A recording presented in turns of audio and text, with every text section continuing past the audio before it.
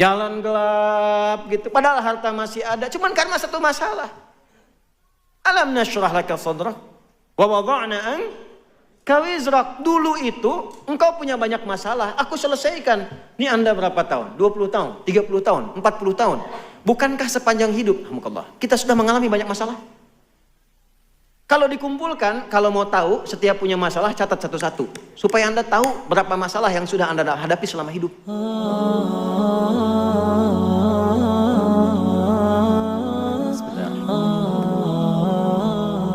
Sebelumnya saya minta maaf, saya duduk sedikit lebih tinggi dari Bapak Ibu untuk sekedar terlihat saja. Bismillahirrahmanirrahim. Assalamualaikum warahmatullahi wabarakatuh.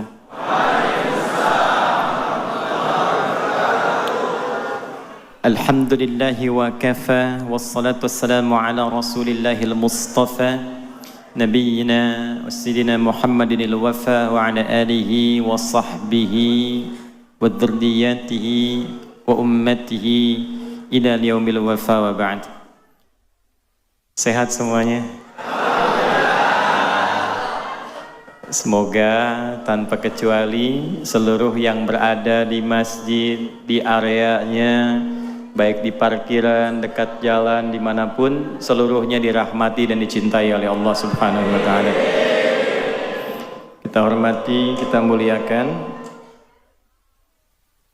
Ada Kiai Haji Muhammad Shaleh Drihim, ini tokoh kita, semoga beliau dijaga dan dimuliakan Allah Subhanahu wa Ta'ala. Ini saya masih pakai jas, pakai dasi, karena dari pagi tadi bertahap ada wisuda. Karena kami memberikan ijazah menemani Ustadz Muhammad, jadi dengan terpaksa masih pakai dasi ke masjid ini. Insya Allah tidak mengurangi kehusyuan kita ibadah.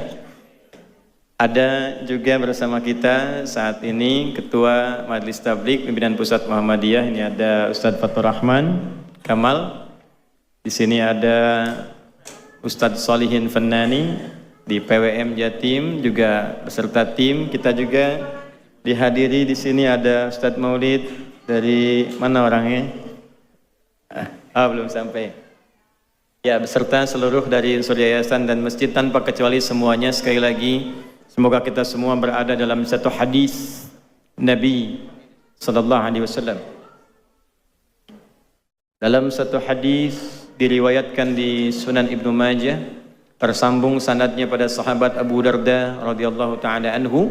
Dari Nabi sallallahu alaihi wasallam beliau bersabda, "Man sadaka tariqa yaltamisu fihi ilma, sahhalallahu lahu tariqan ilal jannah, wa innal malaikata la tad'u ajnihataha ridan li talibil ilmi, wa inna talibal ilmi yastaghfiru lahu man fis samawati wa man fil ardi hatta al-hitan allati fil bihar, wa innal ulama'a warathatul anbiya'i, wa innal anbiya'a lam yurithu dirhaman wala dinara walakinnahum warathul ilma fahadduhu biwahdin wafir, atau kama qala sallallahu alaihi wasallam." Paham? Tidak? Siapapun, laki-laki, perempuan, tua, muda, besar, kecil, bergelar ataupun tidak, salaka tariqa, yang menempuh perjalanan yang tidak mudah. Ada syari', ada tariq, itu berbeda. Syari' jalan yang luas, jalan yang lebar, jalan yang lapang. Jika menjadi panduan dan sifat disebut syariah. Ada syariat Islam, jalan yang lebar menuju Allah, yang lapang, yang memberikan sifat-sifat ibadah. Karena itu dalam syariat Islam ada salat, karena salat jalan menuju Allah. Supaya tersambung dengan Allah, supaya dapat ridha Allah, maka diberikan jalannya. Kalau punya harta, bagaimana diridhoi oleh Allah? Ada jalannya, ada zakat. Kalau kita ingin mengontrol diri, nafsu, supaya Allah ridha dengan keadaan perilaku kita, ada jalannya, puasa. Kalau ingin dikumpulkan latihan sebagai miniatur kehidupan, supaya sehari, 2 hari, 3 hari sampai 7 hari sepekan baik, usahanya bagus, pikirannya jernih, dikumpulkan jalannya dalam haji. Itu syariat. Jalannya lebar, lapang. Yang sekiranya belum bisa tahajud, ada duha, lapang sekali. Dari subuh ke zuhur, luas. Zuhur ke asar, lapang. Itu syariat, jalannya syariat. Tapi thariq berbeda. Tidak mudah. Kadang jalannya berliku, kadang macet, kadang rebutan saf, kadang juga mau masuk sudah tertutup. Ya, tapi semuanya dihitung oleh Allah melalui lisan Rasulullah SAW tanpa kecuali. Jadi tidak membedakan apakah di dalam masjid, di luar masjid, di parkiran, semua yang sudah berjuang datang ke satu tempat. Yaltamisu fihi ilma. Tujuannya satu, untuk mendapatkan tambahan ilmu yang mendekatkan dia dengan Allah. Bukan ilmu biasa. Mendapatkan tambahan ilmu yang dengan itu membuat dia semakin dekat dengan Allah. Tujuannya betul-betul itu. Ya. Jadi kalaupun terpaksa harus ngangkat handphone memvideo, supaya ingat ada ilmu yang mendekatkan diri dengan Allah. Sahhalallahu lahu tariqan ilal jannah. Maka setiap langkahnya, lelahnya, pilunya, hartanya, keringatnya, Allah perintahkan pada malaikat, hitung semua itu, lipat gandakan untuk meringankan langkah dia menuju surga saat hisab dilakukan.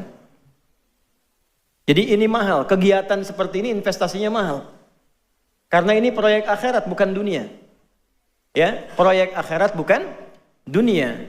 Kenapa diberikan tawaran dunia, konser yang harus bayar, belum tentu dapat apa-apa, Anda mengeluarkan uang berdesak-desakan mencari dunia. Ketika Allah menawarkan kehidupan abadi dengan keindahannya di surga, melalui lisan terbaik, orang terbaik di muka bumi, yang pernah berkehidupan, maka disitulah kemudian hanya orang-orang yang merespon itu dan terpilih bisa mendapatkan kemuliaan dimaksud. Maka saya ucapkan selamat. Di antara sekian hamba Allah yang berkehidupan, kita yang digerakkan oleh Allah untuk berada di masjid ini. Maka di hadis lain, riwayat Al-Bukhari dari Muawiyah bin Abi Sufyan radhiyallahu taala anhum jami'an, qala Rasulullah sallallahu alaihi wasallam, man yuridillahu bihi khaira yufaqihuhu fid din. Siapapun yang diinginkan oleh Allah berubah menjadi orang baik, maka tanda pertamanya bukan diberikan dunia, bukan naik pangkat, tapi tanda pertamanya diberikan kecenderungan dalam hatinya untuk mau belajar agama supaya lebih dekat dengan Allah Subhanahu wa ta'ala. Tolong catat nih baik-baik.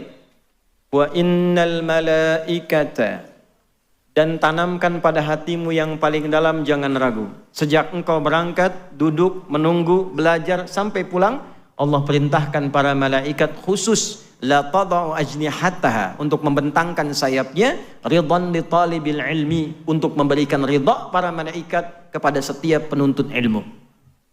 Ridhanya malaikat nanti punya 3 arti pokok. 1, al-istighfar li tullabil ilmi, permohonan ampunan kepada Allah bagi para penuntut ilmu. Karena itu, para ulama terdahulu, kalau ada orang konsultasi ingin taubatnya cepat diterima oleh Allah, di antaranya diberikan 2. 1, tingkatkan bakti pada ibu. Yang kedua, diminta cari majlis ilmu. Oleh karena itu viral kisah seseorang yang kelak narasi ini diabadikan menjadi turunnya wahyu Quran surah keempat An-Nisa di ayat ke-100. Seorang pernah bunuh 100 orang, genap 100 orang. Dia mabuk, dia kerjakan maksiat, tiba-tiba ingin tobat. Konsultasi oleh seorang kiai diarahkan, kamu pergilah ke kiai fulan untuk membimbing. Nah, ini sunnah. Tidak bisa semua kiai itu menguasai segala bidang. Karena itu saling mereferensikan. Yang ini ahli hadis, orang ingin belajar tafsir, referensikan, belajar pada kiai fulan. Ya, jangan dicegah, jangan dikondisikan pada satu pihak sehingga ketika ini keliru ada yang membenarkan. Maka diarahkan pada kiai dimaksud, berangkat dia, saat berangkat itu dengan niat ingin berubah. Ini man salaka tariqa, ingin berubah dengan niat yang sangat kuat. Di perjalanan maut datang menjemput, belum sampai ke majelis ilmu. Tsumma yudrikul maut, tiba-tiba maut datang baru lebih sejengkal dari perjalanan itu. Jadi kalau jaraknya 100 meter, dia baru 50 meter plus 1 jengkal. Belum sampai ke tujuan. Tapi karena di jalannya, tapak kakinya dia niatkan untuk mendapatkan ampunan Allah, dia istighfar di jalannya, itulah kalimat pertama yang menggugurkan seluruh dosa-dosanya. Dihapuskan dosanya, lebih sejengkalnya menjadi amalan baru bagi dia. Maka taubatnya diterima, dosanya digugurkan, dan dengan amalan sejengkal dimasukkan ke dalam surga Allah Subhanahu wa taala. Wa may yuhajir fi sabilillah yajid fil ardi maraghaman katsiran wa sa'ah. Wa may yakhruj min baitihi muhajiran ila Allah wa rasulih thumma yudrikul maut faqad waqa'a ajruhu 'ala Allah. Siapapun yang mau merubah dirinya, datang ke pengajian, ingin merubah diri. Bukan ingin update status. Bukan ingin cari konten supaya nambah subscriber. Tapi betul-betul ingin merubah diri supaya lebih dekat dengan Allah. Lalu dia berangkat. Kalau dari dia belajar berpengaruh sampai kembali dia berubah, maka Allah berikan perubahan pada dirinya. Tanda pertamanya, Allah berikan keadaan hati yang lebih tenang dari sebelumnya. Jadi kalau cari pengajian, buat yang merubah kita lebih dekat dengan Allah, hati semakin tenang, lebih enak ibadah. Kalaulah kemudian dia meninggal, dia keluar, belum sampai ke tujuan, meninggal di tengah jalan. Thumma yudrikul maut, faqad waqa'a ajruhu 'ala Allah. Pakai fa, harfu atfin rabitin baina syai'aini bila hudud. Huruf penyambung dua peristiwa tanpa jeda. Peristiwa pertama berangkat dari rumah mau ngaji, peristiwa kedua datang kematian. Belum sampai meninggal.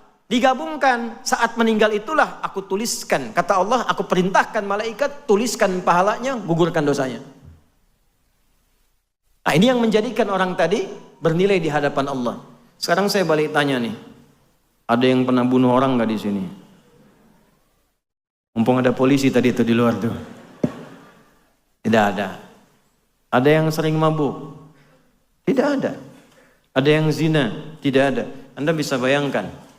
Orang yang pernah bunuh 100 orang, kriminal hidupnya, datang ke majelis ilmu, di tengah jalan meninggal, diampuni dosa, masuk surga. Anda belum pernah bunuh orang.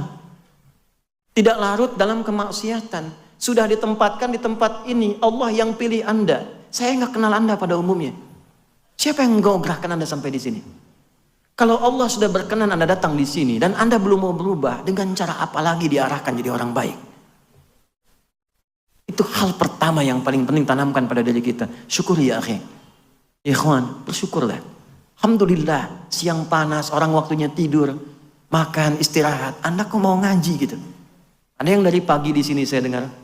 Ada yang dari subuh. Tuh. Padahal saya masih di Sidoarjo dari subuh. Ya, siapa yang gerakan Anda mau ke sini? Kalau dengan semacam itu Allah sudah gerakan, belum terfikir Anda untuk berubah, maka dengan cara apa lagi difasilitasi? Karena itulah mari kita mulai kajian kita dengan singkat dan padat. Bagaimana membekali diri supaya lebih bersemangat untuk menjadi pribadi yang lebih baik. Inilah materi yang coba kita uraikan jika ujian itu terjadi. Itu temanya ya? Nah, maka hadapilah. Ya, demikian materi yang bisa disampaikan. Kira dia ujian terjadi kok bikin status. Nggak nyangka ya. Yang terjadi ya hadapi. Selesai materi. Salah sendiri yang bikin judul tuh. Apa itu ujian? Wa ma adraka ma ujian. Bagaimana menghadapinya? Seperti apa konstruksinya? Biasanya kalau kita paham dari awalnya, mudah mengatasinya.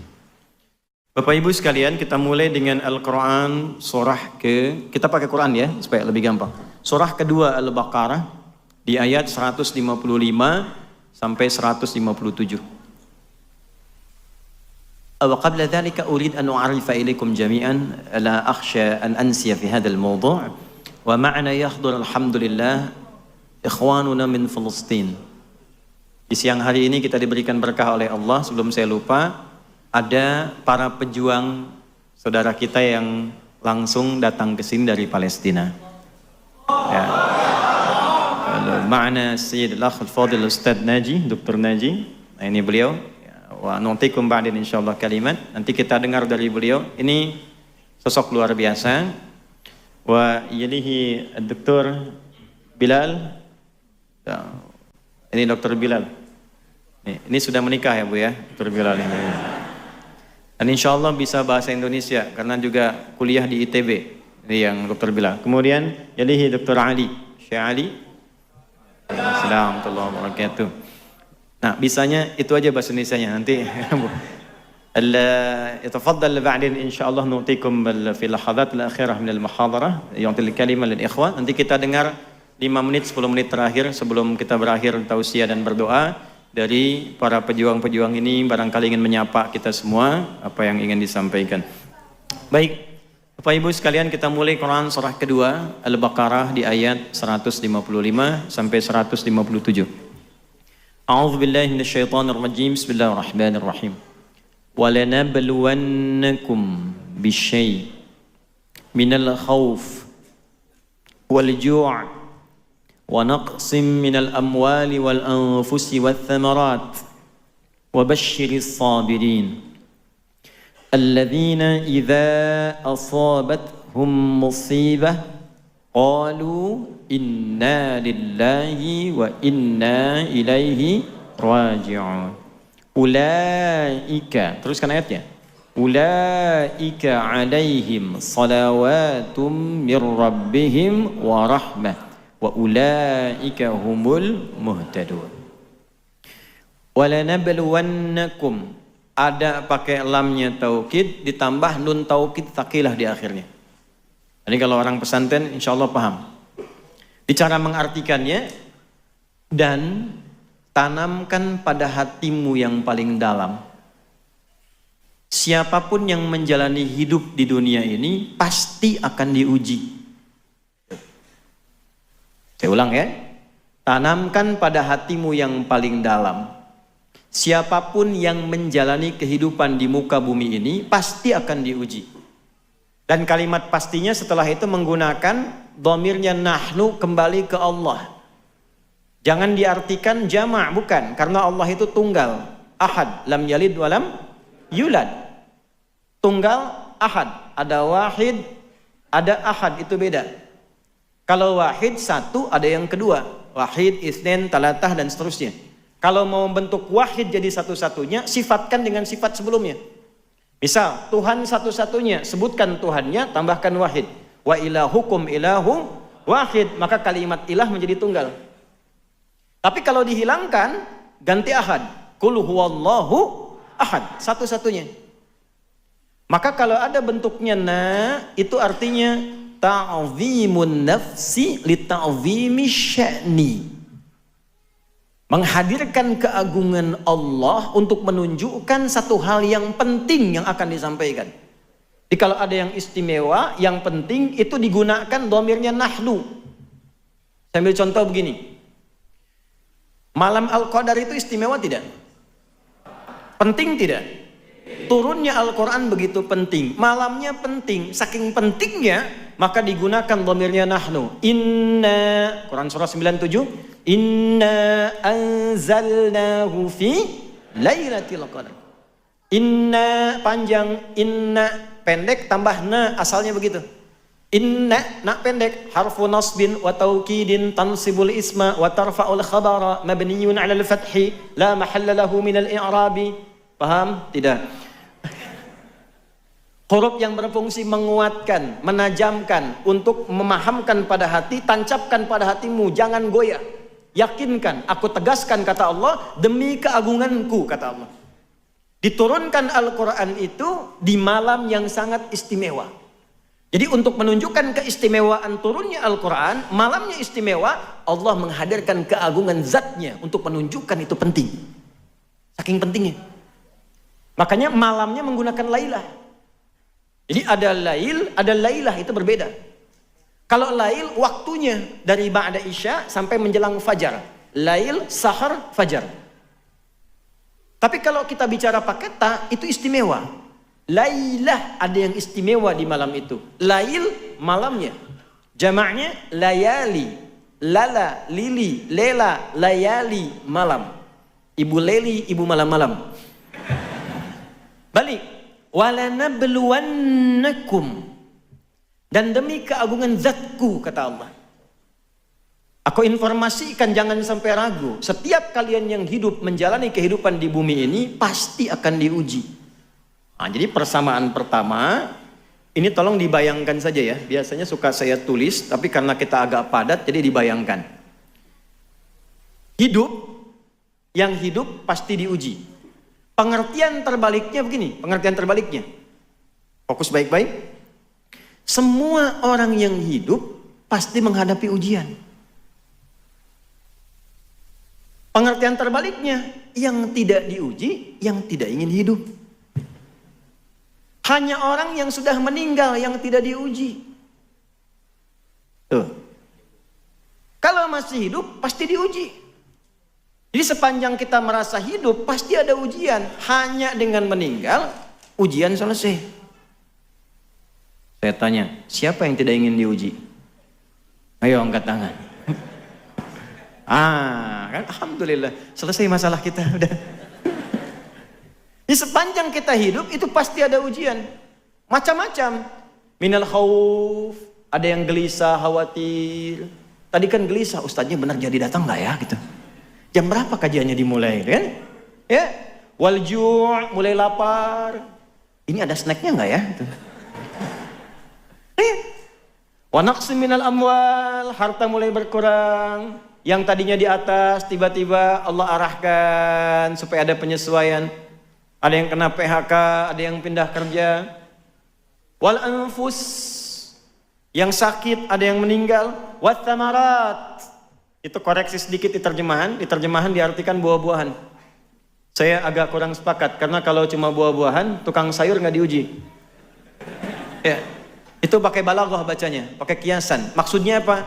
Kalau nanam buah itu kan kita nanam benihnya dulu, dirawat tumbuh, jadi pohon, jadi buah, baru dipetik. Ada yang sudah kerja keras demikian, besok mau panen, malam diambil orang.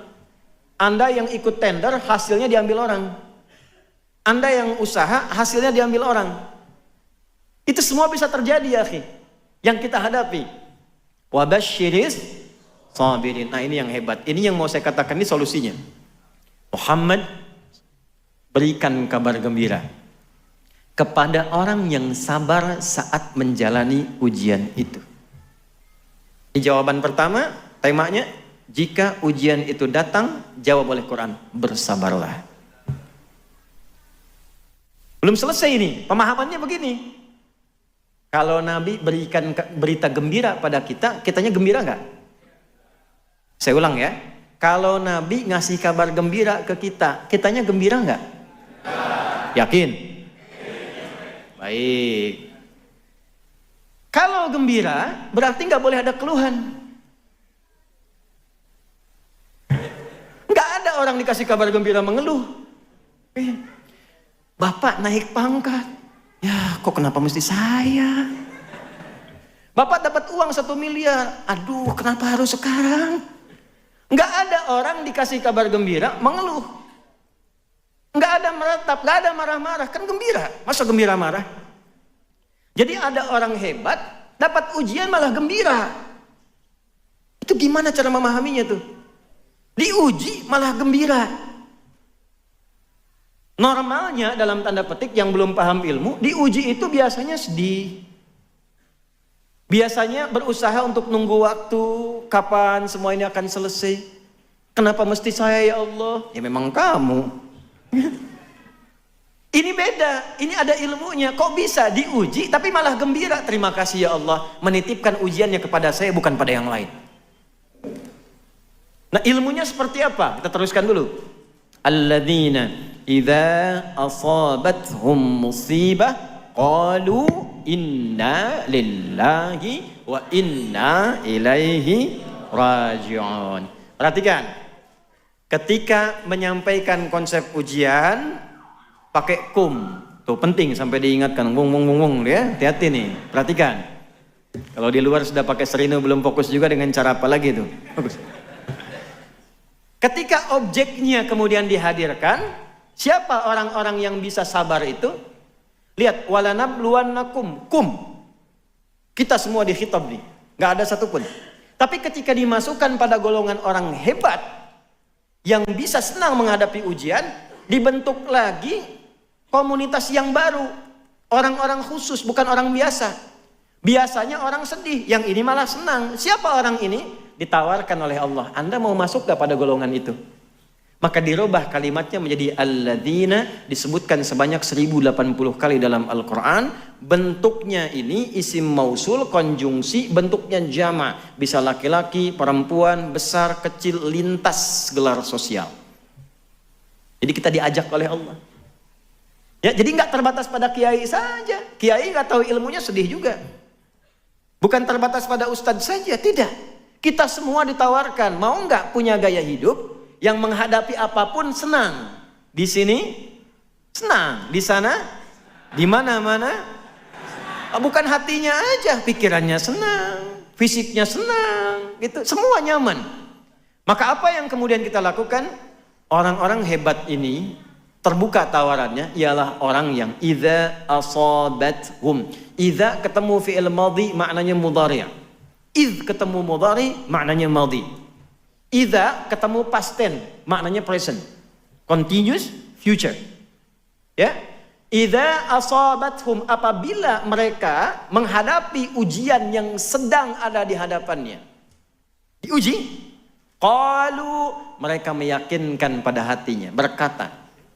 Jadi boleh katakan pada hati kita. Keluarkan kalimatnya. Kita punya ayatnya, katakan pada hati kita. Pertama, nanti saya detilkan. Inna lillahi wa inna ilaihi raji'un. Perhatikan ya. Idza asabathum musibah. Tadi satu sudah saya urai, kalau hidup pasti diuji, maka bersabarlah. Yang kedua, ujian itu ternyata semua yang kita alami itu sifatnya ujian. Jadi Anda jangan batasi yang kita alami jadi ujian itu yang kita pandang jelek saja. Tidak. Tidak. Semua ini ujian. Ini saya ketemu Anda, ini ujian saya nih. Ini semua yang kita alami ujian. Musibah itu dari kata asaba yusibu, yang kita alami, yang menimpa kita. Setiap yang kita alami itu musibah, bentuknya dua. Ada musibah suka, caranya syukur. Ada musibah duka, caranya sabar. Contoh musibah syukur di Quran di surat apa? 27. Surat apa itu? An-Naml. Ayat berapa? Ayat 40. Di lisan siapa? Nabi Sulaiman. Liyabluwani aashkur am akfur. Jadi begitu ditampakkan istana Bilqis di hadapannya, ya, oleh satu orang yang diberikan ilmu oleh Allah kepadanya, muncul Nabi Sulaiman itu ingat, saya punya kemampuan dengan izin Allah menaklukkan awan. Kemampuan bicara dengan hewan. Kemampuan mengendalikan jin dan sebagainya. Lalu ditampakkan pembuktiannya. Apa kalimat pertamanya? Ini ujian bagi saya. Apakah semua nikmat yang menyenangkan ini saya syukuri atau tidak? Jadi jangan Anda kira, maaf, ujian itu pada sesuatu yang duka saja. Ada yang meninggal, ujian. Sakit, ujian. Sehat pun diuji. Ya akhi, yang meninggal, maut datang padanya. Yang hidup, kehidupan hayat masih ada. Nurul hayat. Maut dan hayat itu ujian buat kita. Kalimatnya nabluwakum. Quran surat berapa? 67. Ayat berapa? Ayat kedua. Huwaladzi khalaqal mauta wal hayat liyabluwakum ayyukum ahsanu amala. Ini semuanya ujian. Naik jabatan ujian. Makanya orang dulu Pak Sobi, itu kalau jadi rektor, jadi pejabat, jadi apapun, itu kalimat pertamanya, Umar bin Abdul Aziz dilantik, kalimat pertamanya, inna lillahi wa inna ilaihi. Ada yang kuliah di sini mahasiswa? Kalau dapat IPK 4, apa kalimat yang diucapkan? Itu benar, alhamdulillah. Ya, tapi setelah itu jadi ujian, ujiannya ujian amalan, makanya dapat ijazah. Ajaza yujizu ijazatan, diberikan izin kebolehan mengamalkan ilmunya. Jadi ijazah itu bukan koleksian sertifikat disimpan, bukan. Karena dicek, ada talaki depan gurunya, dicek, betul bagus, silahkan ngajar, kasih ijazah. Nah, ketika mengajar, ujian. Di semuanya diuji. Anda kesini pakai kendaraan, mobil, motor, macam-macam, itu ujian. Dihisab nanti tuh. Betul, dihisab itu. Makanya kalau Allah uji dengan benda apapun, pakai ibadah dulu. Dikasih Ferrari, subuhan dulu. Pakai ke masjid. Jadi pas dihisab ringan. Ini saya ikuti tuh pola itu tuh. Jadi kalau ada apapun Allah titipkan, saya ada baju nih. Dihadiahkan oleh Allah lewat tangan tertentu. Saya pakai sholat dulu tuh. Pakai sholat dulu. Jadi kalau dihisab enak. Ya di hidayat dari mana engkau dapatkan? Ya Allah, engkau maha tahu dengan segalanya. Si fulan memberikan hadiah dengan izinmu. Kemana engkau gunakan? Ya Allah, dipakai sholat. Gampang. Bajunya dikonfirmasi benar. Ya Allah, saya dipakai sholat di Masjid Nurul Hayat, Masjid As-Salam dan sebagainya. Ini bikin sepekan sebelum acara. Dijahit di tempat bagus, dapat baju baru, dipakai kondangan. Salah? Tidak. Cuma dihisab. Tidak salah. Pulang dari sini, ibu ya, bu.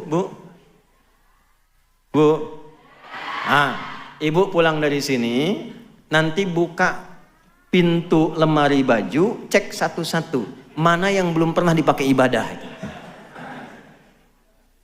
Antum sama itu. Ya, sendal, motor, mobil itu ditanya. Nah itu ujian. Ya, jika ujian itu terjadi, nah kan maka bermuhasabahlah. Satukan sabar, kedua muhasabah. Jadi jangan pahami dan batasi persempit ujian itu pada aspek duka saja. Begitu meninggal, innalillahi. Hidup pun innalillah. Karena kalimatnya hidup kita itu diuji oleh Allah, meninggal pun kita kembali kepada siapa? Nah ini konsep yang kedua dulu. Sampai sini dulu. Kalau sudah paham ini, maka semua netral. Ajaban li amril mu'min. Ujian tuh. Sungguh mengagumkan perkara orang beriman itu. Apabila ditimpa sukacita syakara, dia bersyukur caranya. Apabila ditimpa duka cita sabara, dia bersabar. Jadi bagi orang beriman semua netral. Ada uang, alhamdulillah. Belum ada uang, ujian, sama. Makan gak makan asal syukur. Kumpul aja. Syukur kita, syukur alhamdulillah. Alhamdulillah. Itu ya kalimat itu mahal sekali. Gak bisa dibeli itu. Kalimat syukur itu gak bisa dibeli. Itu hanya bisa dilatih dengan kemuliaan-kemuliaan. Nah sekarang mari kita pelajari teknisnya bagaimana melahirkan sikap seperti itu. Bagaimana supaya saat mendapat ujian kita punya satu kemampuan yang dibimbing oleh Al-Quran supaya bisa menerima itu dengan kebahagiaan. Nah sekarang kita mulai dari ujian sabar dulu. Karena biasanya ini yang paling tidak mudah dilalui. Pekerjaan tadinya lancar tiba-tiba hilang. Ya kan? Sakit. Cicilan belum lunas. Dikejar pinjol. Dan turunan-turunan lainnya. Yuk kita pindah teknisnya. Bagaimana teknisnya sabar, bagaimana teknisnya kita mengarahkan ini kembali kepada Allah. Satu Quran surah kedua, ini kita detilkan. Di ayat 286. La yukallifullahu nafsan illa usaha. Baik, tahan dulu. Ini saya mumpung ingat saya ijazahkan ya. Ada dua surah di dalam Al-Quran yang kalau kita rutin menjadikannya zikir, doa kita cepat dijawab oleh Allah. Ya. Satu surah Al-Fatihah.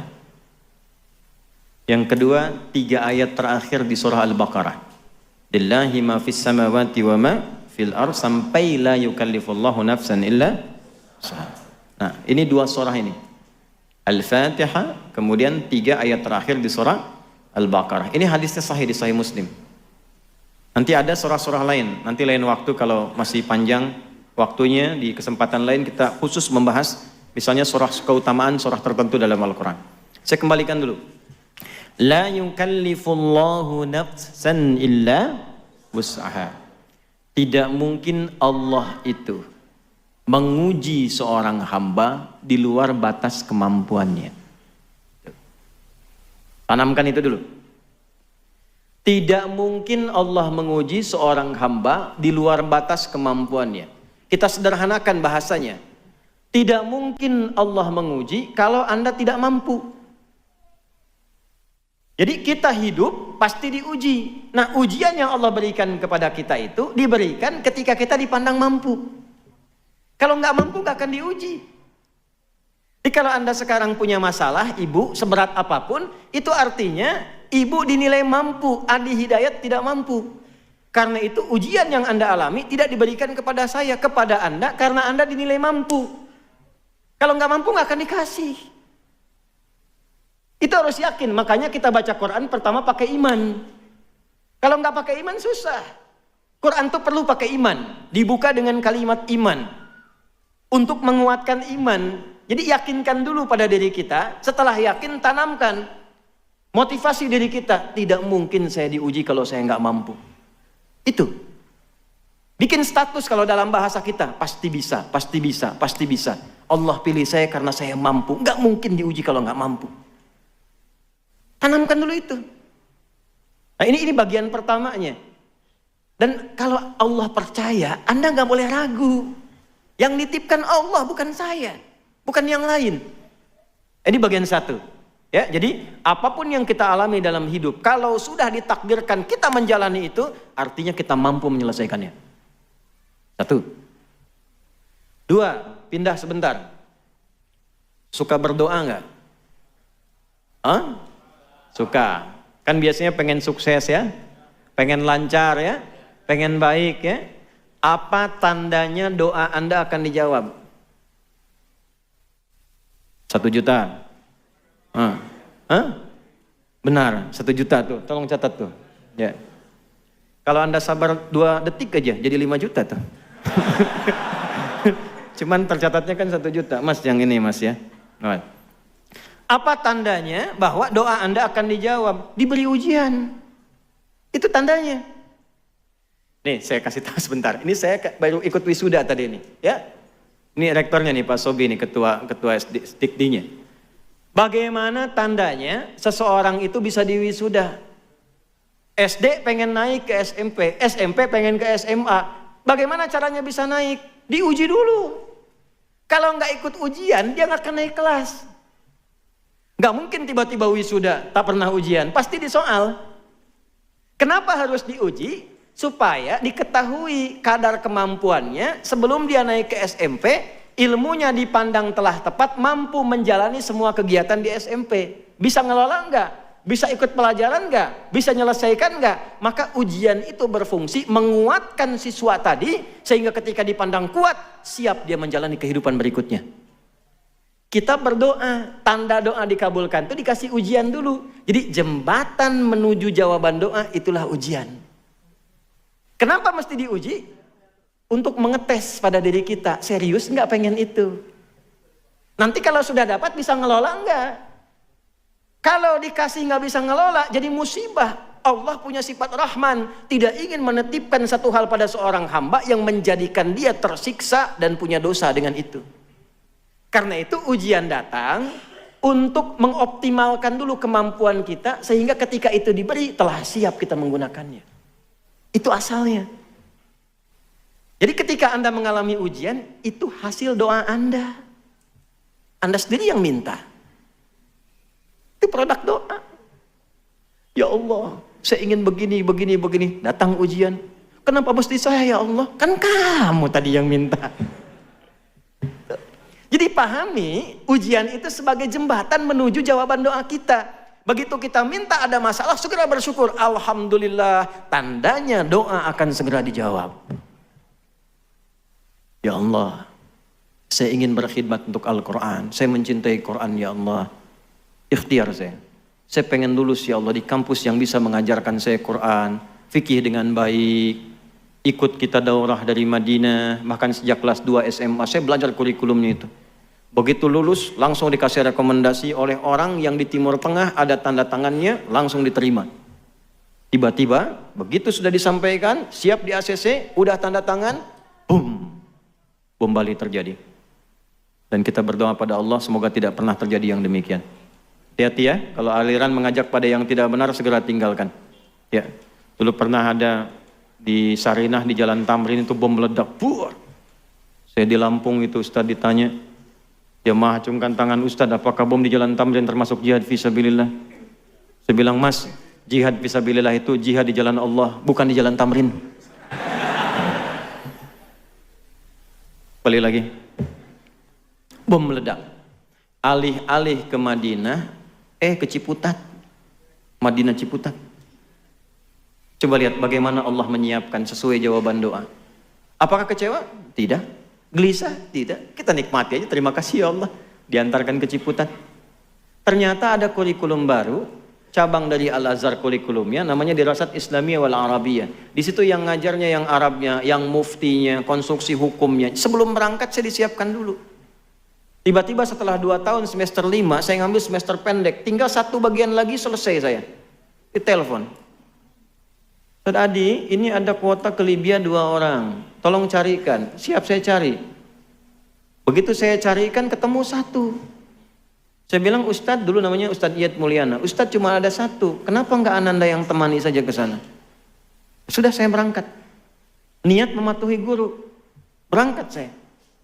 Matuhi kiai, kita berangkat. Bismillah. Nyampe ke sana, oh ini yang saya cari. Di kampus itulah ternyata alhamdulillah yang kuliah hanya tulabul ilmi, duat saja, calon ulama saja. Belajarnya terukur di absen, bolos 3 kali langsung pulang. Kalau nyontek ketahuan pasti 100% rekornya. Langsung 2 jam diberikan persiapan untuk pulang, kemas-kemas barang, dikawal oleh bagian imigrasi ke bandara, dikasih catatan di dekat pasportnya, orang ini nyontek nggak boleh kembali. Harap-harap ke Madinah, berangkatnya ke Tripoli. Ternyata mazhab pertama di Madinah itu kan Maliki. Imam Malik itu imam Darul Hijrah, lahir di Madinah, tumbuh di Madinah, wafat di Madinah. Madhabnya Maliki, Darul Hijrah. Saya diantarkan ke tempat pertama madhab Maliki itu berada. Sekarang menyebarnya di mana? Afrika Utara, di Tripoli, Libya, madhabnya Maliki. Maka berangkat ke sana, ngaji tafsir, kemudian ke Kairo, ke Syekh Tantawi, Jauhari. Belajar tafsir, ngambil tafsir Al-Wasit, belajar di Bu'oth, dapat hadiah kitab tafsir Al-Wasit, dapat madhab Syafi'i. Belajar dengan Syekh Wahbah Zuhaili, lalu ngambil Maliki, ngambil Syafi'i. Ternyata dari situ diberangkatkan juga ke Saudi. Akhirnya kita ke Ummul Qura, kita kunjungi Madinah, dapat Hambali. Pulang-pulang ketemu teman-teman dari Asia Selatan, India, Pakistan, ya kan? IPB, India, Pakistan, Bangladesh.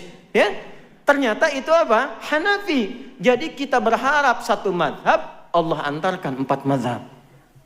Karena kebutuhan rakyatmu, kebutuhan masyarakat umatmu di Indonesia bukan 1-2 madhab, 4 madhab. Disitulah kita belajar, oh ternyata alumni kita itu luar biasa. Ada yang ke Madinah, ada yang ke Libya, ada yang ke Maroko, ada yang ke Tunis. Pulang-pulang menyebar. Yang dari Madinah pulang ke Surabaya, baca bismillahnya karena Hambali disirkan keluar. Bismillahirrahmanirrahim. Alhamdulillahi Rabbil Alamin. Yang pulang kemudian dari Mesir, baca bismillahnya dijaharkan. Bismillahirrahmanirrahim. Alhamdulillahi Rabbil Alamin. Yang pulang dari Libya, dari Tunis, yang dari Asia Selatan, itu Maliki dan Hanafi. Bismillahnya tidak dibaca, langsung hamdalah. Alhamdulillahi Rabbil Alamin. Setelah dicek, Allahu Akbar. Ternyata cara baca bismillah dipelajari 4 mazhab, ada 4 cara. Kurang lebih ada yang menghitung 70 hadis, caranya ada 4. Bisa dibaca keras jahar, bisa disirkan silent, bisa tidak dibaca sama sekali, bisa dibaca rakaat pertama bismillah jahar, selanjutnya nggak dibaca. Seperti Imam Madinah yang kemarin bacakan di Istiqlal. 4 cara. Kalau tidak belajar itu masalah. Saya jadi petugas haji 2010 di Masjidil Haram. Orang pertama yang menerima jemaah Indonesia, imamnya Syekh Sudes pada waktu itu sholatnya Isya. Istawu, istaqimu, Allahu Akbar. Alhamdulillahi Rabbil Alamin. Komen jemaah samping saya, iki imamnya Muhammadiyah ya. Saya nggak jadi takbir. Muhammadiyah cabang Masjidil Haram.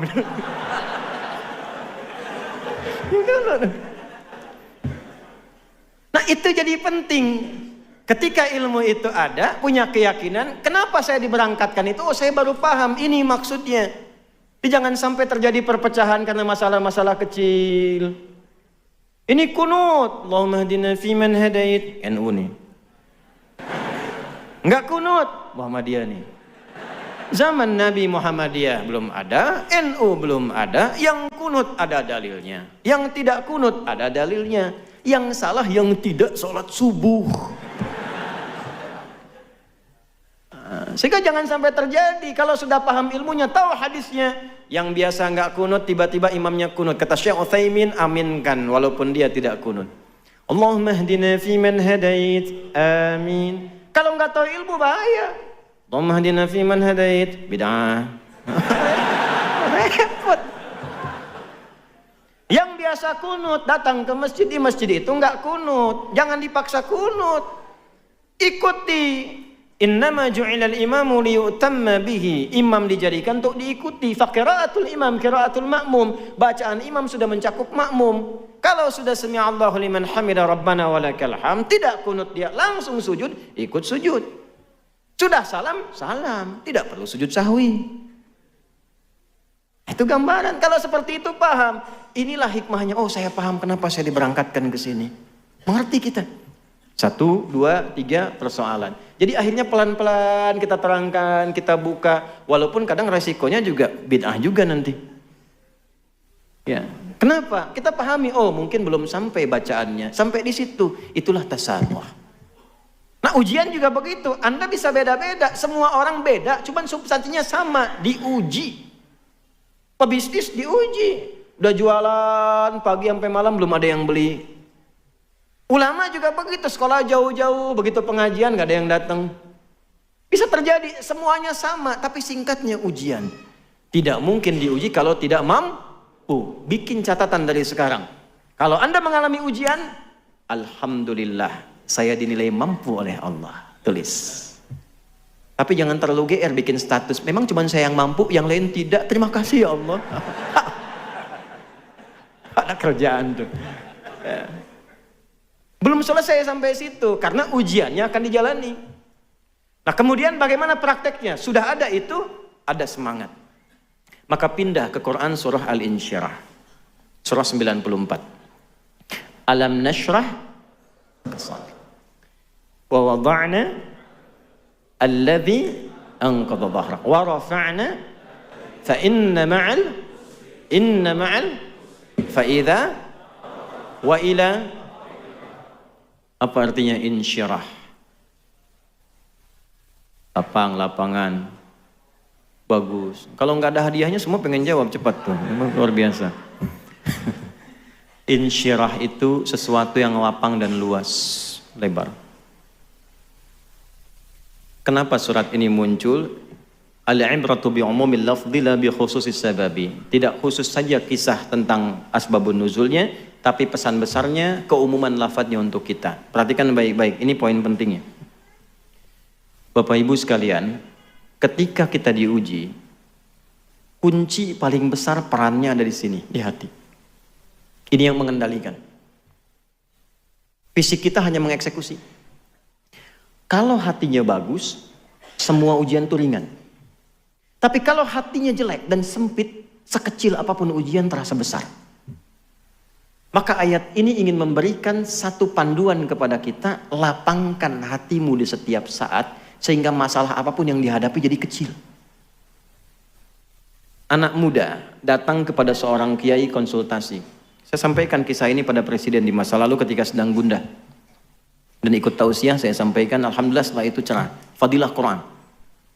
Datang seorang anak muda ke seorang kiai, kusut wajahnya. Dia ingin mengadukan masalah. Dibawalah oleh kiai itu ke satu danau yang lapang. Kiainya bawa gelas, bawa garam. Jadi yang satu bawa gelas, satu bawa garam, satu genggaman. Sudah tiba di samping, kata kiai itu, coba ambil air dari danau itu, ambil. Lalu diisi oleh kiai itu dengan setengah genggam dari garam. Minum. Wah, itu asin, minum dulu. Begitu diminum, betul asin. Dia muntahkan airnya. Lalu yang kedua, sisa setengah garam itu dilemparkan oleh kiai tadi ke danau tadi, yang airnya segar. Sekarang ambil lagi yang baru, diambil, minum. Bagaimana rasanya? Segar. Itulah keadaan hatimu. Kalau hatimu hanya sesempit cawan ini, maka masalah kecil pun akan terasa besar, seperti garam sedikit pun terasa asin. Tapi kalau engkau lapangkan hatimu seluas danau ini, maka yang besar akan terasa kecil, yang hilang pun, yang kecil pun hilang begitu saja. Nah, sekarang bacakan ayatnya. Alam nashrah laka sadrak. Hei, tolong tempatkan ayat itu kepada diri kita. Walaupun konteksnya waktu itu ke Nabi Muhammad. Bawa ke dalam diri kita. Misal, Asep ada di sini? Ada. Doni? Cecep, Firman? Ada semua ya? Ganti yang nggak ada. Ini pasti nggak ada nih. Suneo. Pasti nggak ada ya? Misal Suneo nih diuji. Katakan pada hatinya, alam nashrah laka sadrak. Hei Suneo. Udah, jangan ketawa dulu. Ganti saya aja deh, Adi. Hei Adi Hidayat. Bukankah aku sudah buat hatimu lapang? Kenapa engkau kecilkan? Aku sudah ciptakan hatimu itu luas untuk menghadapi setiap masalah. Kenapa engkau jadikan kecil sehingga engkau tidak mudah menghadapi masalah? Ya akhi, hati kita ini diciptakan oleh Allah walaupun kecil, isinya lapang. Untuk apa? Memudahkan semua masalah dihadapi. Bahasa bebasnya begini, saya sudah lapangkan, kenapa engkau sempitkan? Sehingga masalah yang bisa engkau alami dengan mudah itu menjadi berat. Bukan karena berat masalahnya, tapi karena sempit hatinya.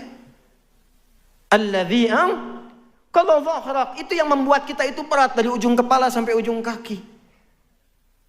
Kepikiran, dikasih ayam gak mau. Kenapa gak dimakan? Ayam belum digoreng.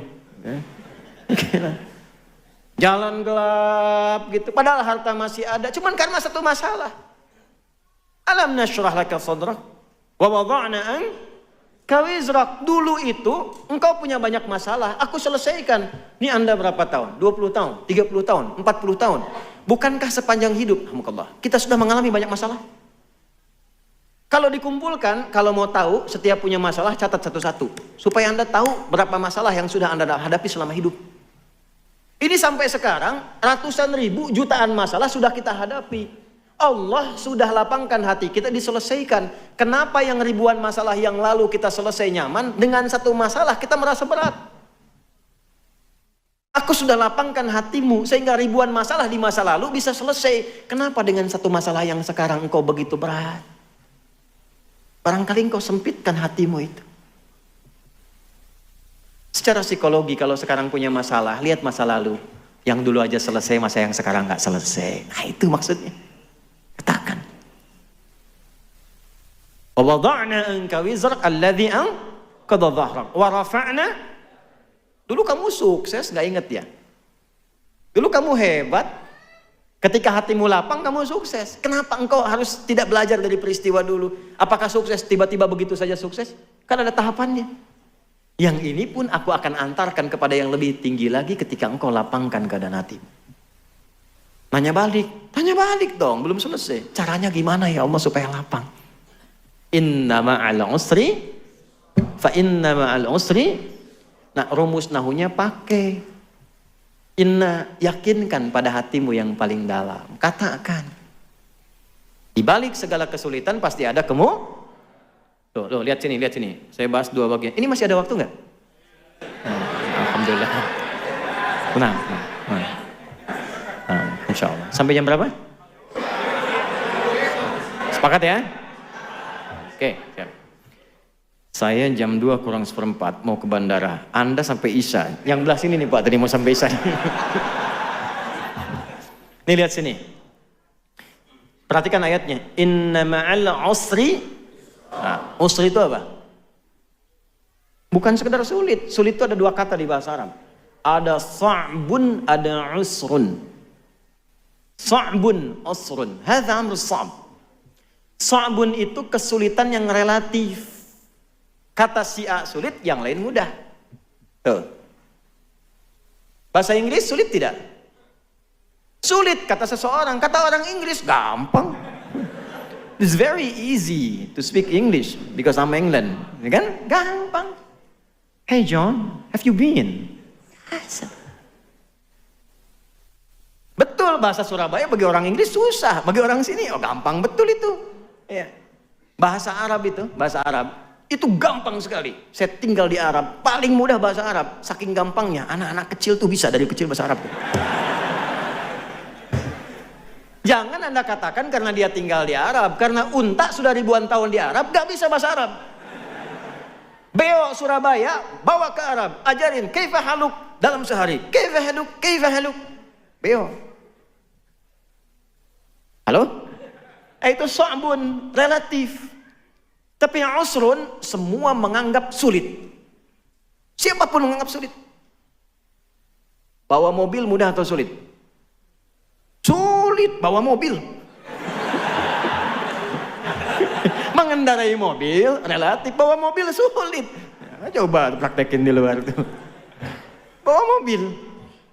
Hamdus sayyarah, amrun thaqil ya akhi. Susah itu, amrun usrun. Amma qiyadatus sayyarah, hada rubbama sa'b wa sahal. Alaysa kadhalik? Bala, idzan nahnu nuwasil bil lugha al-arabiyyah idzan ma'al demikian. Sebaliknya, perhatikan baik-baik. Mudah itu bahasa Arabnya ada dua. Ada yusrun, ada sahlun. Sahlun itu relatif. Kata si A mudah, yang lain belum tentu. Tapi kalau yusrun, itu semua mengatakan mudah. Tuh, lihat lawannya. Usrun ketemu yusrun. Bukan cuma hurufnya ditukar, ain jadi ya, bukan. Itu pun dalam ilmu lughah, fikih lughah, itu hebat itu. Ain kan huruf sulit. Ya, wasatul halaq di sini sama dengan ha. Ada Arab. Ya,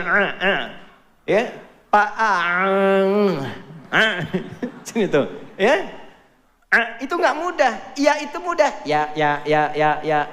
Dari yang paling sulit ke mudah. Nih, cara memahaminya bagaimana? Sesulit apapun masalahmu, yang orang lain mengatakan mustahil ini selesai, Allah berikan solusi yang paling mudah sampai mereka mengatakan, oh bisa ya, mudah banget. Kapan itu terjadi?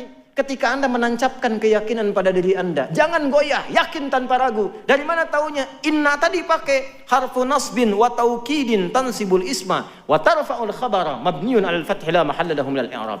Pakainya pakai ilmu balaghah. Nasab, tancapkan. Nasabar rajulu asahu fil ardi. Menancapkan tongkat dengan kuat tanpa ragu. Tancapkan pada hatimu, jangan ragu. Katakan. Makanya boleh, Bu, diungkapkan dengan lisan. Jangan pendam di hati. Ungkapkan dengan lisan. Bagaimana kalimatnya? Pasti selesai. Kalau terjemah begitu, di balik kesulitan ada kemudahan. Kepanjangan. Pasti selesai. Ada solusinya. Tulis. Katakan pasti bisa, pasti bisa, pasti bisa. Kalau yang pertama tadi, tidak mungkin saya diuji kalau saya nggak mampu. Mampu. Yang kedua, pasti ada solusinya, pasti bisa. Itu yang punya ayatnya kita, yang pakai orang Jepang. Saya ngajar di Jepang dan belajar bahasa Jepang. Saya belajar bahasa Jepang. Watashi wa Indonesia no adi desu. Saya adi dari Indonesia.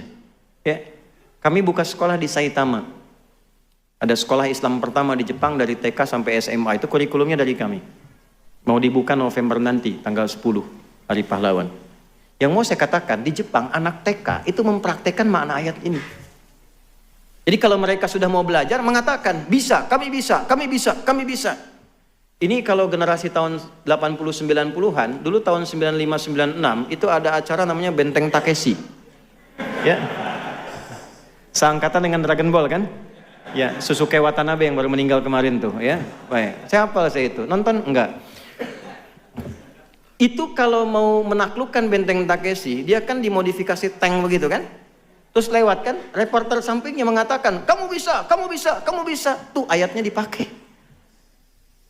Di Korea, anak-anak TK Korea itu sebelum masuk kelas, karena Jepang bilang bisa, mereka mengatakan lebih dari Jepang, lebih dari Jepang, lebih dari Jepang.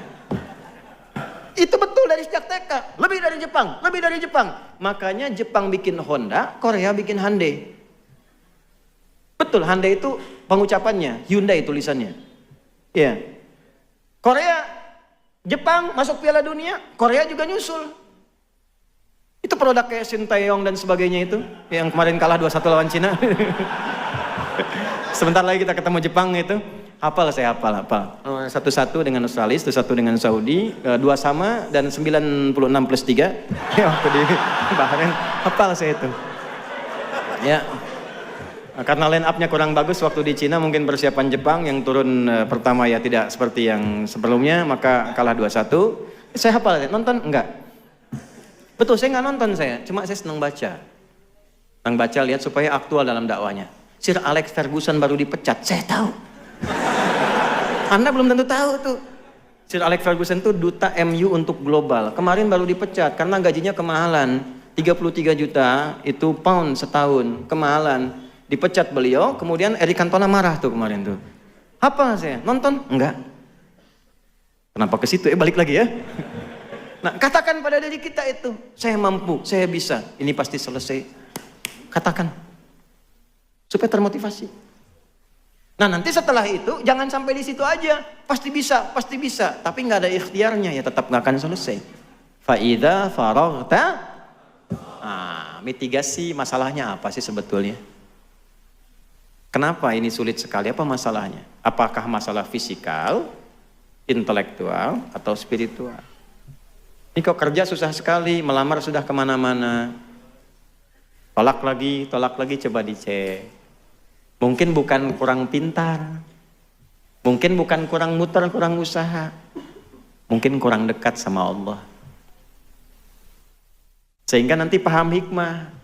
Ini ya, Nik saya kasih rahasia di masjid ini. Ini sudah 4 rahasia saya kasih. Ini buat masjid ini saja. Tapi tolong jaga ini di antara kita ya. Rizki itu. Kedengaran? Tidak bisa jawab. Kedengaran? Tidak bisa jawab. Rizki itu hukumnya kalau kita bergerak itu tercatat untuk dikeluarkan. Rizki itu kalau kita bergerak hukumnya tercatat untuk diberikan, keluarkan. Ingat baik-baik itu. Jadi tidak ada yang sia-sia dalam ikhtiar kita mencari rizki. Kalau kita bergerak itu dihitung. Perkara diberikannya kapan, nanti Allah sesuaikan dengan maslahat kita. Makanya kenapa sering Anda ikhtiar, nggak dapat, begitu dapat agak lama jadi banyak. Itu akumulasi dari awal sampai hari itu. Itu rumus. Itu ada rumusnya di Quran surah ke-51. Di ayat ke-22, wa fis samai rizqukum wa ma tu'adun. Dan di langit rizkimu telah ditetapkan dan dijanjikan akan diberikan. Kapan janji itu diberikan? Ketika Anda ikhtiar. Kalau kita ikhtiar itu keluar dengan apapun caranya. Ini kan cuma penyebutan tuh beda. Si fulan pejabat, si fulan pedagang, itu kan nama manusia, perbedaan saja. Intinya rizkinya diberikan. Itu sudah hukum. Jangankan manusia, hewan pun kalau mengikuti hukum ikhtiar diberikan. Dan kadang-kadang gak masuk akal. Ya, karena masuk ke iman, untuk penanda iman, bukan cuma ke akal. Saya tanya nih untuk membuktikan. Bu, Ibu tahu cicak? Tahu. Makanannya apa? Nyamuk. Pak, nyamuk bisa terbang nggak? Cicak? Bagaimana cicak beraktivitasnya? Merayap. Di mana? Masukkan ke dalam logika. Makhluk cicak merayap, makanannya terbang. Yang mau makan nggak punya sayap. Masuk logika nggak? Kalau Allah titipkan ilmu, akal sedikit aja pada nyamuk, itu cicak jadi mainan. Cicak, kayo tangkap. Hikmah Allah nggak ngasih akal ke hewan. Tapi perhatikan nih, cicak tuh cuma diperintah merayap, walaupun di dinding, itu pun kadang diam-diam. Kita diajarin orang tua kita kan, cicak di diam-diam datang. Perhatikan, bukan cicak mendatangi nyamuk, nyamuk mendatangi cicak. Kapan nyamuk datang ke cicak? Kalau cicaknya merayap. Sekalipun diam-diam. Kalau cicaknya nggak mau merayap, tak akan datang nyamuknya. Cicak-cicak di dinding, diam-diam merayap. Cak, merayap. Merayap dia walaupun diam-diam. Datang seekor nyamuk, nyamuk didatangkan oleh Allah kepada cicak. Kalau cicaknya mau merayap, sekalipun diam, ya, datang seekor nyamuk. Selanjutnya, silahkan tuh. Itu ikhtiar ikhtiar. Faida kita punya ayatnya. Malu sama cicak? Malu. Kita punya ayatnya, cicak yang praktekkan. Terus, ibu. Terus ngejek lagi. Kan? Nah, makan nyamuk tuh. Kita punya ayatnya, yang ngaji kita masa yang praktekkan cicak? Ya. Nih, tahu cacing nggak? Cacing tahu?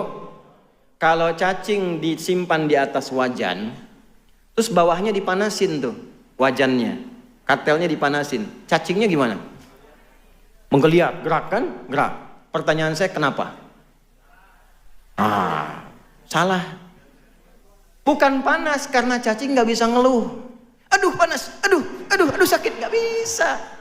Karena nggak banyak ngeluh, dia langsung cari solusi, bergerak, berikhtiar, cari tempat yang membuat dia lebih dingin. Hewan tahu, kita manusia lebih mulia daripada hewan. Walaqad karramna bani Adam, wa hamalnahum fil barri wal bahr, wa razaqnahum minat thayyibat, wa faddalnahum ala katsirin mimman khalaqna tafdila. Quran surah 17 ayat ke-70. Nah, ikhtiar. Kalau nggak ikhtiar susah, Pak. Ada 2 orang di Mesir, mahasiswa pintar, dua-duanya ahli Quran. Cuma beda pandangan. Yang satu punya prinsip, dia hafal tadi Ad-Dariyat tadi, pokoknya kalau rizki Allah pasti kasih, nggak nyari pun diberi. Teman yang kedua bilang, kamu harus ikhtiar, tetap dicari. Untuk membuktikan itu sepakat, yang pertama yang beranggapan rizki akan diberi walaupun tanpa ikhtiar, maka dia berusaha sembunyi di ruang DKM masjid, di bawah meja ada kolong. Datanglah donatur muhsinin. Tuh Ustadz Maulid tuh, ternyata muhsinin ada sanadnya tuh. Ya. Biasa bagi makanan. Begitu dibagi yang lain dapat, ini nggak dapat karena sembunyi. Kan nggak boleh ikhtiar. Lapar 1 hari. Hari kedua dibagi, ini nggak dapat. Begitu hari ketiga, makanan banyak diberikan, sisanya agak banyak, ini sudah nggak bisa tahan lapar. Hal min akhar, kata muhsinin tadi, ada yang lain nggak? Kata DKM-nya karena nggak tahu, la yujad ahad, khalas intah, nggak ada yang lainnya lagi. Ini karena nggak tahan lapar, akhirnya dia kasih kode. Kan? Baik. Maka ketika dengar itu kaget, dibuka ada orang sembunyi sudah kelaparan, dikasihlah kemudian 3 bungkus. Jatah hari pertama, kedua, ketiga, bayangkan. Poinnya bukan itu. Ketika itu diberikan, datanglah kawan yang kedua itu untuk membuktikan. Kan saya bilang apa dari hari pertama? Rizki itu mesti dicari walaupun dengan kode kan? Ini nggak ada teh manis anget misalnya. Enggak, ini contoh aja. Mesti ada. Kalau nggak ada begitu, nggak ikhtiar, nggak akan bisa terjadi. Contoh.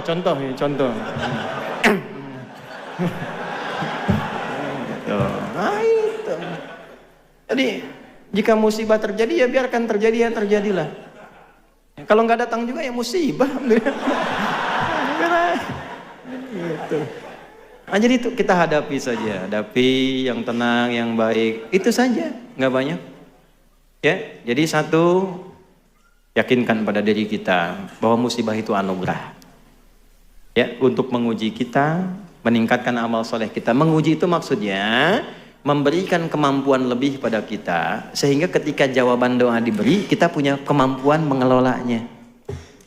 Kayak saya tadi mau ke Libya, oleh Allah disekolahkan dulu di Ciputat, 2 tahun dididik, cara memahami hukum begini, semuanya pakai bahasa Arab, cara presentasi begini, sehingga ketika sampai kemudian ke Tripoli, saya bisa menyesuaikan. Saya datang sepekan kemudian ujian, Pak, nggak mudah, sampai tangan saya bengkak yang gini tuh.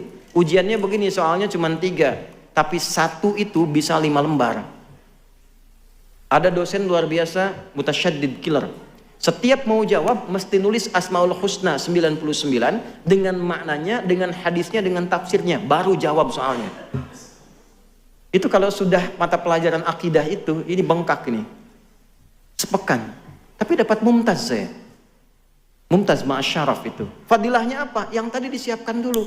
Kalaulah tidak disiapkan dulu tadi, nggak mungkin kemudian bisa mendapatkan tambahan bekal pengetahuan. Seperti itu memahaminya. Kalau belum dapat, ya bukan karena belum jodoh, tapi saya disiapkan ke arah yang lebih baik. Ya, Kalau lamaran ternyata ditolak, bukan ini yang terbaik untuk saya. Allah siapkan lebih baik daripada yang ini. Saya tunjukkan padamu setelah saya menikah nanti. Nah, gitu. Selalu ada hikmahnya. Ya. Tapi ikhtiar yang terbaik. Quran disiapkan. Sekarang kan musim Quran tuh. Ya, kan sekarang lamaran itu banyak menggunakan syarat hafalan Quran tuh. Saya beberapa kali jadi saksi nikah, khatib khutbah nikah, itu beberapa meminta pada calonnya untuk bacakan Quran. Bukan syarat, tapi hanya pelengkap, cuma menjadi satu pelengkap utama untuk bolehnya nikah oleh perempuannya itu. Tapi boleh juga Pak, nanti kalau ada punya anak perempuan yang muda-muda yang belum nikah datang, kasih. Ya, hafalannya berapa juz? Si nama siapa? Torik Pak. Nah, baca surat At-Torik. Gitu. Gitu kan? Ada yang kedua, nama siapa? Anas Pak. Ya, baca surat An-Nas. Ada gitu. Yang keenak yang ketiga tuh, nama siapa? Waduh, nama Yusuf tuh. Ayat panjang. Yusuf Pak, cuma panggilan sehari-hari, kulhu.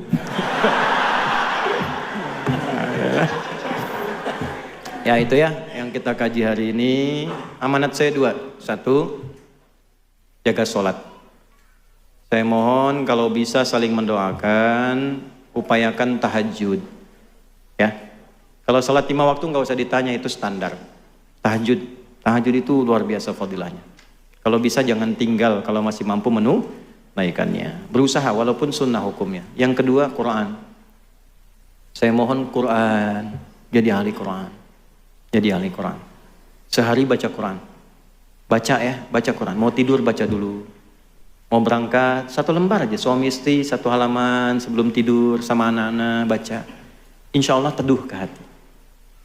Walladzi anzala as-sakinata fi qulubil mu'minin liyazdadu imanan ma'a imanihim. Di rumah tangga pengen sakinah, kuncinya iman, jalurnya Quran. Orang yang rajin mengkaji Quran, baca Quran, insya Allah dijaga oleh Allah kehidupan rumah tangganya dan jasadnya dijaga ketika dia meninggal. Ya, saya juga sama Bu, ini jangan dikira saya dari pagi itu belum berhenti sampai sekarang. Silakan tanya sama bapak-bapak ini. Tapi yang mau saya katakan, saya masuk mobil saya ngaji, jalan saya ngaji saya, merojaah, ngaji Pak. Ke pesawat saya naik ngaji, nunggu ngaji. Cuman kan nggak harus pengumuman, saya mau ngaji dulu ya, nggak begitu. Langsung ngaji aja biasa, merojaah, tanamkan lagi. Tapi ke hatinya enak, tenang. Ya, lihat antum walaupun banyak masalah kan tenang gitu. Alhamdulillah. Ya, sekarang kita dengar wa nastami ala mada 5 daqaiq lil ikhwah min Palestin. Kita dengar sekitar 5 menit ya dari teman-teman dari Palestina untuk bisa menyapa kita dan memberikan kabar-kabar baik untuk kita semuanya sebagai motivasi. Al-5 daqaiq dan ani sa'adza mubasyaratan ilal matar. Saya mau pergi ke bandara setelah ini, jadi nanti mohon diberikan akses. Wa tafaddal li Syekh Dr. Naji. Al-waqtu wal makan lahu fa ana akunu mutarjiman biidznillah. Saya menerjemahkan ya. Allah ibarik fiik. Allah ibarik fiik. Tafadhal. أعوذ بالله السميع العليم من الشيطان الرجيم بسم الله الرحمن الرحيم ربنا لا تزغ قلوبنا بعد إذ هديتنا وهب لنا من لدنك رحمة إنك أنت الوهاب ربنا إنك جامع الناس ليوم لا ريب فيه ووفيت كل نفس بما كسبت لا ظلم اليوم أحييكم بتحية الإسلام العظيم تحية أهل الجنة فالسلام عليكم ورحمة الله وبركاته. Assalamualaikum. Ya, setelah beliau menyapa kita semua, membacakan Quran surah Ali Imran khususnya ayat ke-8 sampai dengan ke-9 untuk memantapkan hatinya dan memohon kepada Allah kebenaran janjinya dan menyampaikan kepada kita tentang apa yang terjadi selama ini dengan ayat Quran supaya kita bersiap juga menjelang kematian. الإخوة والأخوات الحضور الكرام عام على طوفان الأقصى ولا زال طوفان الأقصى مستمرا. Bapak dan Ibu sekalian, apa yang kita lihat sekarang terjadi di Palestina dari Tufan Al-Aqsa, jangan digambarkan bahwa itu perjuangan selesai, tapi perjuangan akan terus berlangsung. طوفان الأقصى يناديكم جميعا يا بني اركب معنا. Perjuangan di Palestina memanggil kita semua bukan sekedar bagi penduduk Palestina, wahai seluruhnya naik bersama perahu bersama kita menuju ridha Allah Subhanahu wa taala. غزة اليوم بإذن الله أعدت أنفسهم، إخوانكم في غزة أعدوا أنفسهم لمعركة طويلة. غزة بإذن الله لن ترفع الراية البيضاء، والنصر بإذن الله تعالى سيكون حليف هذه الأمة. نحن لا نخشى على غزة بل نخشى على أنفسنا. Perjuangan yang dimulai di Gaza sampai detik ini, sampai kapanpun tidak pernah kita akan mengibarkan bendera putih. Kami tidak akan menyerah. Kami yang di Gaza berjuang, Anda pun yang di luar berjuang. Sungguh kami tidak khawatir dengan keadaan kami di Gaza yang sampai saat ini berjuang. Yang kami khawatirkan Anda saat ini yang tidak berada di Gaza. من كان يتوقع أن هذه البقعة الصغيرة غزة أن تصمد أمام الأحزاب الذي تآكلت الأكلة إلى قصعتها، فقد اجتمع الغرب بخيله وخيلائه لقتل هذا المشروع الإسلامي الحضاري في غزة. Siapa yang bisa membayangkan sebuah daerah kecil, kemudian juga daerah ini diembargo dari berbagai sisi dengan kekuatan yang besar, seperti halnya kekuatan-kekuatan serangga-serangga besar memperebutkan kue-kue yang kecil dan semua bersatu untuk menghancurkannya. Siapa yang bisa membayangkan suasana itu?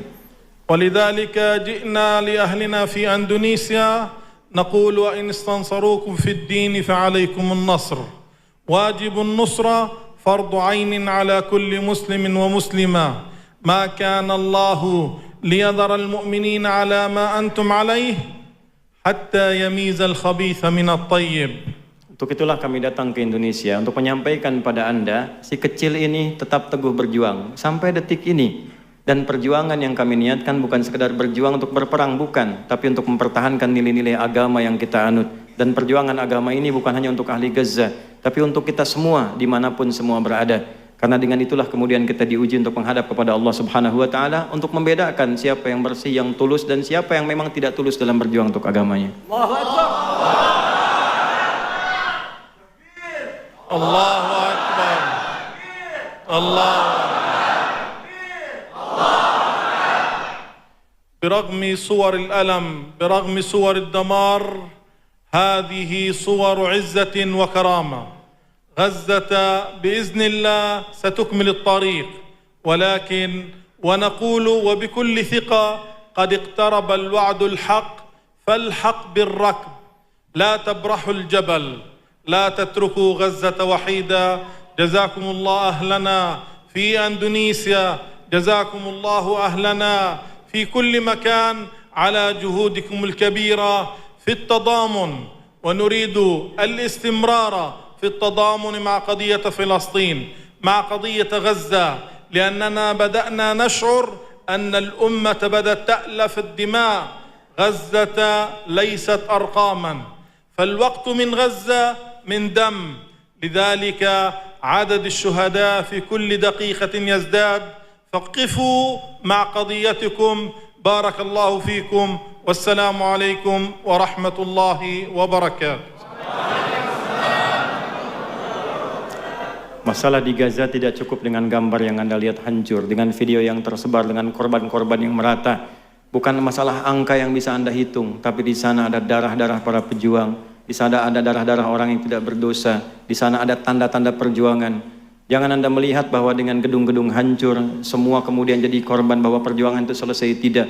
Kami tidak akan pernah menyerah. Kami akan terus berjuang di jalan Allah. Justru kami menginginkan dan datang ke sini pada Anda semua. Mohon setidaknya bantulah kami dengan doa. Bantu kami dengan support. Bantu dengan apa yang mungkin segala Anda bisa lakukan, supaya perjuangan ini bernilai di hadapan Allah Subhanahu wa ta'ala. Inilah yang bisa beliau sampaikan untuk kita semua. Dan Alhamdulillah, ini ada Majlis Tabligh PP Muhammadiyah, ma'ana Majlis Tabligh PP Muhammadiyah. Saya andhammu ma'akum fi qadhiyat Gaza untuk menyampaikan juga bantuan ke Gaza sejumlah 1 miliar rupiah. Min Majlis Tabligh, Ustaz Fathur Rahman, fadhal. Fi hadiyah ma'akum wa ala ahli Gaza. Ya, miliar wahid. Alhamdulillah, mudah-mudahan ini jadi suatu kebaikan. Bukan angkanya, bukan donasinya, tapi kita tunjukkan kepada mereka bahwa Gaza tidak sendirian. Kita ada bersama mereka, dan amanat undang-undang juga kita selalu berusaha sebagai jadi warga global untuk membebaskan siapapun dari nilai-nilai penjajahan yang ada di muka bumi ini. Allahumma taqabbal minna innaka antas sami'ul alim. Tub 'alaina innaka antat tawwabur rahim. ربنا لا تدع لنا في مقامنا هذا ذنبا إلا غفرته ولا هما إلا فرجته ولا دينا إلا قضيته ولا مريضا إلا شفيته ولا حاجة من حوائج الدنيا والآخرة فيها لك رضا وفيها لنا الصلاح إلا قضيتها يا أرحم الراحمين. اللهم يا خير الناصرين اللهم انصر إخوتنا في فلسطين في غزة يا أرحم الراحمين واجعل أحياءهم مجاهدين في سبيلك وموتاهم شهداء وألحقنا معهم في رحمتك يا أرحم الراحمين وألحقنا معهم في رحمتك يا أرحم الراحمين وألحقنا معهم في رحمتك يا أرحم الراحمين مع الذين أنعمت عليهم من النبيين والصديقين والشهداء والصالحين وحسن أولئك رفيقا.